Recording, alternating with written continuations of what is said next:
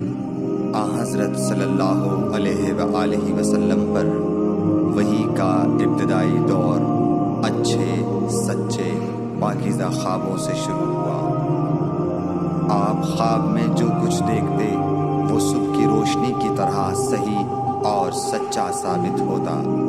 پھر من جانب قدرت آپ تنہائی پسند ہو گئے اور آپ نے غار حرا میں خلوت نشینی اختیار فرمائی اور کئی دن اور رات وہاں مسلسل عبادت اور یاد الہی و ذکر میں مشغول رہنے لگے۔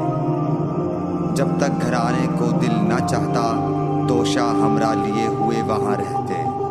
توشہ ختم ہونے پر ہی اہلیہ محترمہ حضرت خدیجہ رضی اللہ تعالی عنہا کے پاس تشریف لاتے اور کچھ توشہ ہمراہ لے کر پھر وہاں جا کر خلوت گزین ہو جاتے۔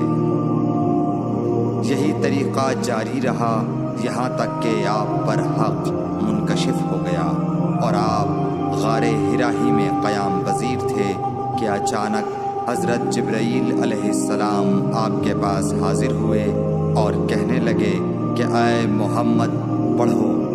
آپ فرماتے ہیں کہ میں نے کہا کہ میں پڑھنا نہیں جانتا۔ آپ صلی اللہ علیہ وسلم فرماتے ہیں کہ فرشتے نے مجھے پکڑ کر اتنے زور سے بھینچا کہ میری طاقت جواب دے گئی۔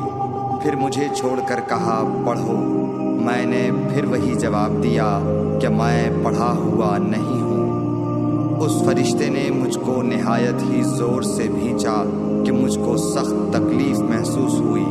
پھر اس نے کہا کہ پڑھ۔ میں نے کہا میں پڑھا ہوا نہیں ہوں۔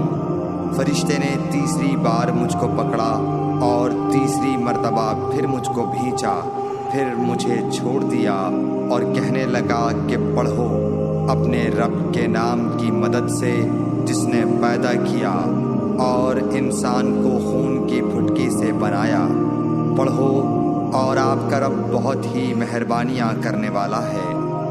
بس یہی آیتیں آپ حضرت جبرائیل علیہ السلام سے سن کر اس حال میں غار حرا سے واپس ہوئے کہ آپ کا دل اس انوکھے واقعے سے کانپ رہا تھا۔